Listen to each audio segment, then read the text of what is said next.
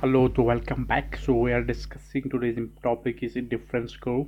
So we'll understand what is indifference curve, what is the properties of indifference curve. So assumptions of indifference curve and applications of indifference. So let's get started. And different introduction to indifference curve.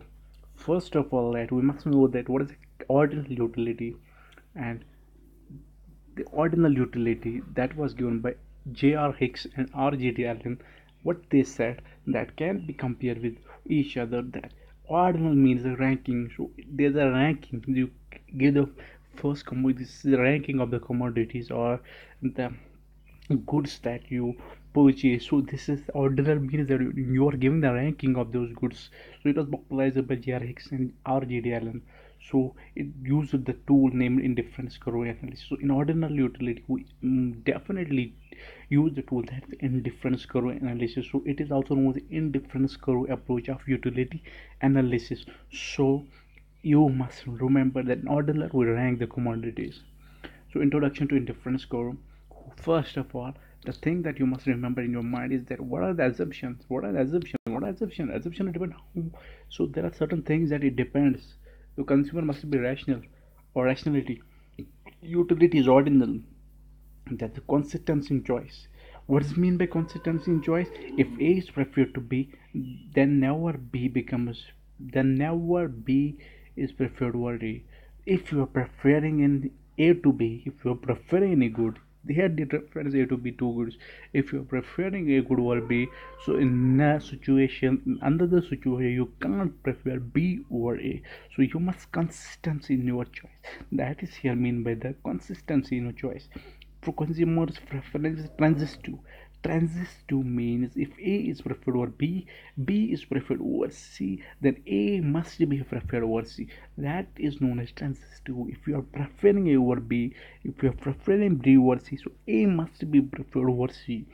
Diminishing marginal substitution of goods, important topic. I think I will fully try to explain you what is a diminishing marginal substitution of goods. This is the important core of economics and macroeconomics. What is known as a diminishing?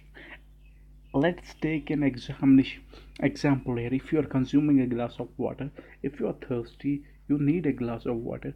So if you take a glass of water, so how much you are satisfied after taking the glass of water, that is means that you are getting the maximum satisfaction from taking the first glass of water. If you consume the second glass of water, how much satisfaction it will give if you are going on consuming one and one after glass of water. So the additional unit of good or the glass of water, how much satisfaction it will give you. If you're consuming our first glass of water, it will give the maximum, second will give less, third will give less. So it will go on decreasing. That is known as diminishing. As you go on consuming more and more units of a good, the marginal rate of satisfaction will decrease and it will reach up to a point where you will total utility will be zero. So you will get zero satisfaction from consuming another glass of water. That is not diminishing. So as we go on consuming more and more units of a good, the utility from the additional units goes on decreasing. That is known as diminishing marginal diminishing unit of a good. Dependent utility, so it depends, it's a depend large bundle of goods preferred over some. So you are preferring a large bundle of goods over a small preferred of goods. So this is known as, this is assumptions of indifference.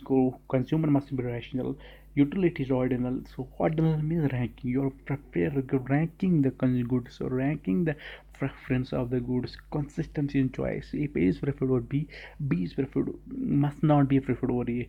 So that is why in one situation you preferring A to B, in another situation you can't prefer B to A. That is no, you must be consistent in choice. Consumer preference transistor means that if you're A preferring over B and you are preferring B over C, then A must be preferred over C. Diminishing margin rate of substitution. So if you are going consuming additional unit of a good, the marginal utility or the additional satisfaction as you go consuming another good will decrease and it will reach up to the point where the total utility will be zero and marginal utility will be negative. If you go consuming beyond that point, the total satisfaction you will get will be negative. That is, marginal utility will be negative.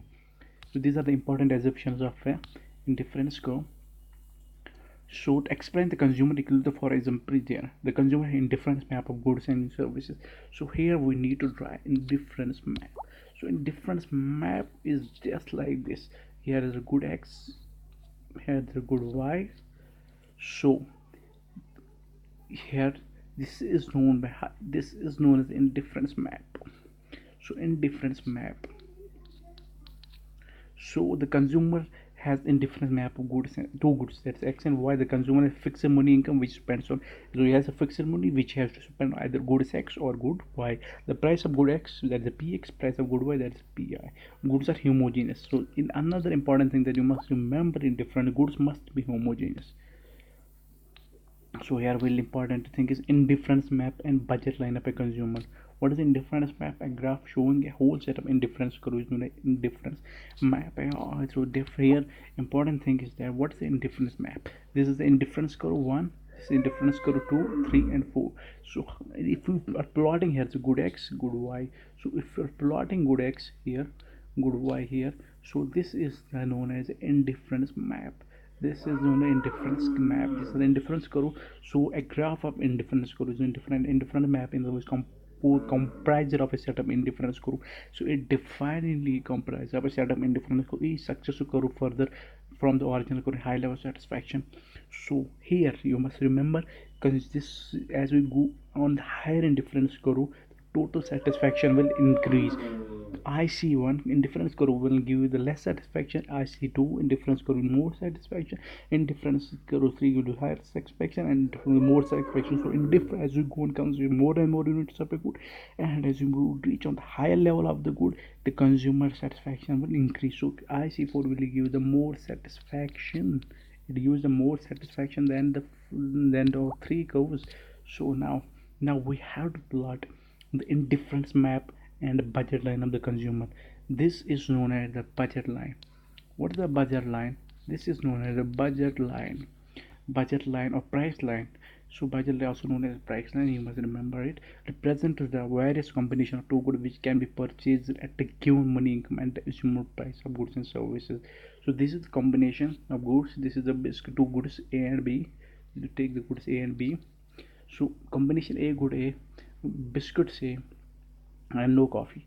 Combination B, 8 biscuits to 1 coffee. So you are giving where you are consuming 10 biscuits, no coffee. Here the biscuits, in order to get one good, you are giving this another good. So 8 units, here is 1 coffee. So the as you go preferring good one for another, the biscuit of reference will decrease. So here is the same thing. So second 8642, it will get decrease and coffee will get increase. You're substituting biscuits for the coffee.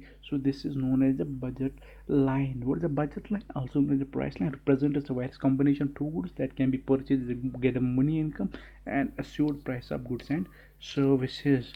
So a consumer's equilibrium and maximization of satisfaction. How is consumer, what is the term consumer equilibrium?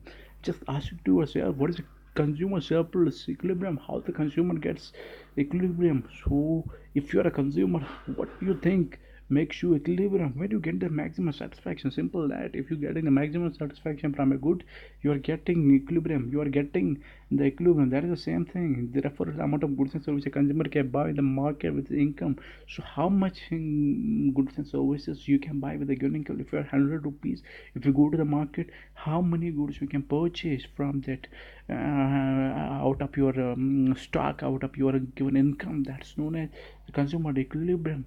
If you want to purchase 5 items from the 100 rupees, if you are getting the 100 rupees but getting those items which you are purchasing with the satisfaction, yes, fully satisfaction with the amount of money you have, that's in consumer equilibrium. So how many goods you are purchasing with a given amount of income, that is known as the consumer equilibrium.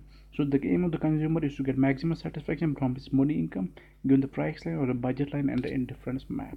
So here with the consumer's equilibrium and maximization of satisfaction. The term consumer's equilibrium refers to amount of goods and services which the consumer may buy in the market given his income and given price of goods in the market. The aim of the consumer to get the maximum satisfaction from his money income given the price line or the budget line and indifference map. So here we have plotted important, we have plotted here, this is the indifference curve, and this is the budget line indifference curve. So here we get, this is the packet of biscuits and this is the coffee. As we go on, and is this is why this is the budget line. This is a 10 unit of biscuits.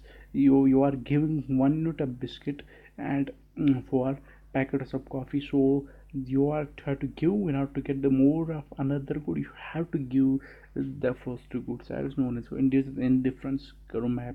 So this is the wheat and this is the rice. So these are showing that how well, in order to get one more of one good, you must give another good. That's why it is a decreasing, because the biscuits, they are, to get, these purchasing less biscuits and more of coffee, he has to give the biscuits. And that's why it's a downward sloping demand curve.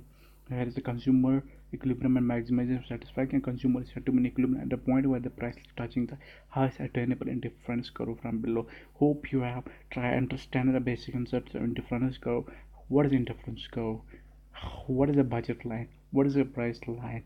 What is the indifference map? Important points you must keep and note it down. And in the next video, we will explain further. Hope you like the video. Keep subscribe and like and share it. Thank you for watching.